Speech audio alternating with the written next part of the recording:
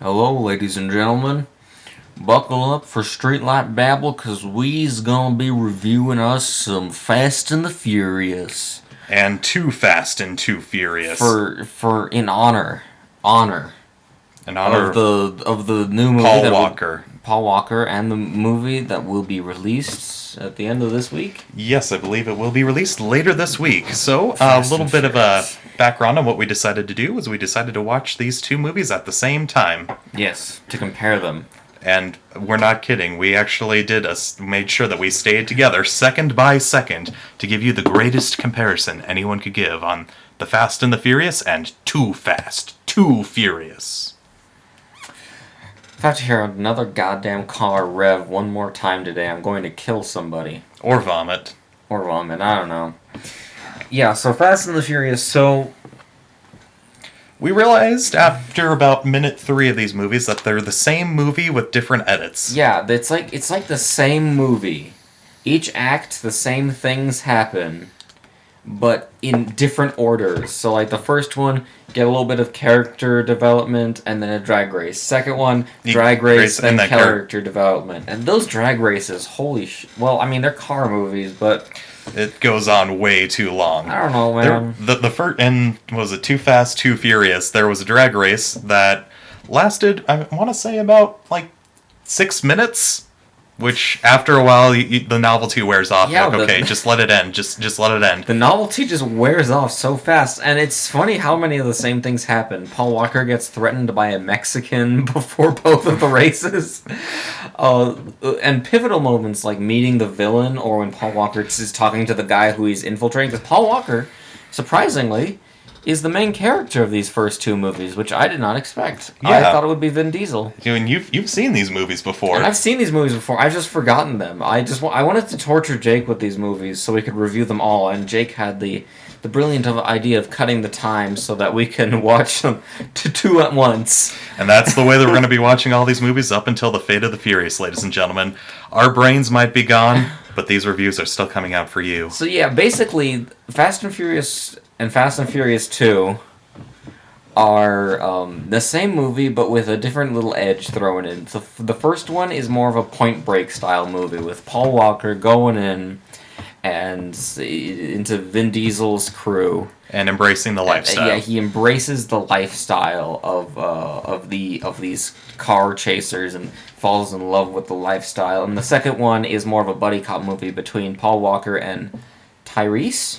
Yeah, I think so. I hope so. He earned that paycheck regardless. You're in that paycheck regardless, Tyrese. And, yeah, as I said, same movies, cut differently. The same things happen, but at different times. They're like, each act is switched. Yeah, but it's weird, though, because they kind of sync up. Like Chris said, they meet the person they're infiltrating. I mean, it was within, when they're transitioning into acts, they always meet up. Yeah, within...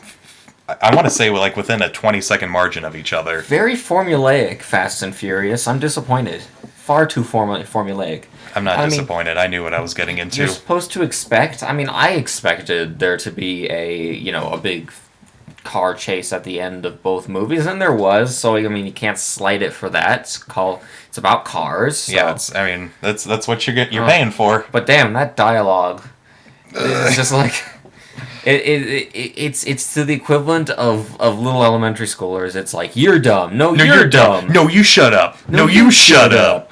It's pretty bad. Another thing we kind of noticed was that there were a lot of instances where, I don't know how to say this nicely, a lot of Asian people around the car races. A lot more than we were either expecting. I mean, Tokyo Drift, I'm expecting, okay, it's going to take place. Asian women. What's with all the Asian women at car races? Yeah, it's just 50% of those stripper chicks who bounce their booties on the cars. They're all Asians. I don't know. It must be a fetish thing that the directors have. Yeah, I don't know. But it was weirdly.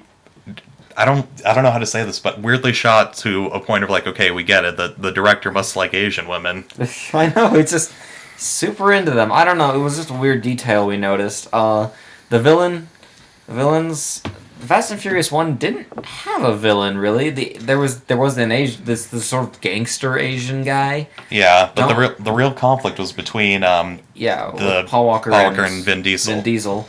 And the second one was a Scarface kind of guy. He was Scarface light, like Yeah, you know, he was you have very your light Scarface. yeah, you have your Bud and your Bud Light, and you have a Scarface and Scarface light. Oh, and the advertising. You better be ready for this advertising because it is just gonna. You can have any beer you want as long as it's a Corona. You can have any beer you want as long as it's a Corona. God, I can't even say Corona without feeling a little bit of gag in my reflexes. Jake, my friend here, is a beer guy. Since he just does not like Corona, so I'm just gonna take his word for it. It's basically piss in a bottle. Piss in a bottle.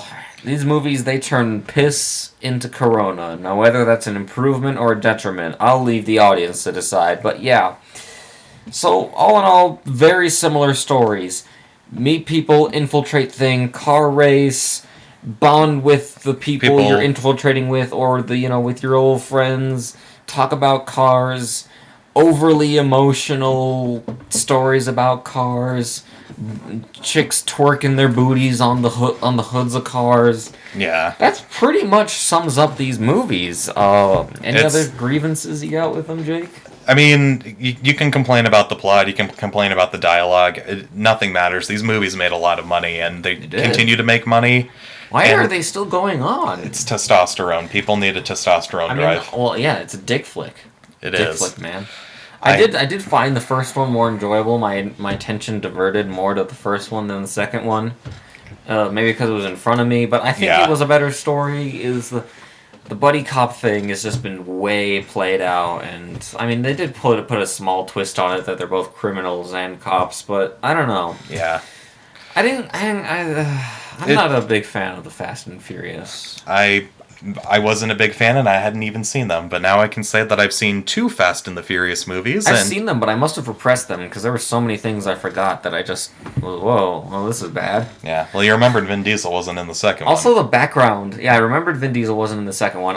Also the people in the background. The ambient people. Yeah. They were terrible. Yeah, their movements were so awkward. Like there was a woman who was dancing like this for 5 minutes in the background, and she was so noticeable. I think it was in the second one. Yeah. Just everyone in the background was just so they drew too much attention away from the main characters. Yeah, and the lighting, especially in the second one, kind of course corrected a little bit, but the lighting and the shots in the first one were just bad. They were too shadowy. I didn't like the contrast was off. I mean, it was almost getting into like some DC movie level of just filming in the dark for the sake of filming in the dark. Yeah, a lot of nighttime. It didn't feel very flashy. It didn't feel. I didn't really like the look of it. I mean, if you're a car guy, I mean, you like car porn, so Yeah. So overall, final thoughts on Fast and the Furious and Too Fast for you. Too Fast for me. Too Fast for Furious. I mean, they're all right. It's not what I'm into. If you like action movies, it's what I'm more of like my dick flicks go to more Dirty Harry and Death Wish, like the older ones. Very kind of monotonous revenge and stuff like that. I don't know, but this one's just way too overblown. The car tricks are hilarious sometimes. It's funny when they synced up and we were watching them and there were the similar things happening with the cars, like cars flipped in both. All the scenes that matched up just shows how formulaic these are. They basically made the same movie twice. Yes. Paul Walker infests into things and befriends criminals and... Good thing his career took off after these movies, right? And finds an attractive Mexican lady to guide him. Yeah. Same movie. So I don't know. If you like watching the same movie twice, watch Fast and Furious. What number are we gonna give it? Well, I would give it 2 Fast for 10. First one I could give it like a 4 or 5 out of 10. Second one, 3 or 4 out of 10. I don't know. They're okay. They're dumb popcorn flicks that aren't as good. Like I watch a superhero movie, like a good one, like The Avengers or something. If you want a popcorn flick, or if you want like some I'd say watch Dirty Harry. I like Dirty Harry a lot, and it has better car scenes. Actually, the Blues Brothers had a better car chase scene than the Blues. These car scenes were so weird. Like there was a scene where they tried to stop all these cops, and the cop cars were all stopped at one point. But I'm like, the Blues Brothers did this better. All the cop cars were just destroyed in that one. Well, the thing about these movies is that like the cop car chase scenes, it starts at a high point and then it just kind of slowly dies down. Yeah, Whereas the Blues weird. Brothers, it starts at a low point and then just kind of ramps up, keeps ramping up. You get hyped up at the beginning for those chase scenes, and then they just fall flat. And then, and as I said, Blues Brothers did put so much more work into its car chase than a movie about cars, which is weird. Weird. So just watch the Blues Brothers. I mean, Dirty Harry has the best car chase in the world. The last one. Yeah, that one's a good one. That's a great car chase. All right, well, ladies and see why.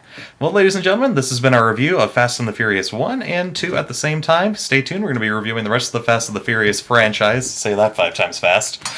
And we will... Fast and Furious franchise. I did it. You Buckle up, everybody. We're going to see the rest of them.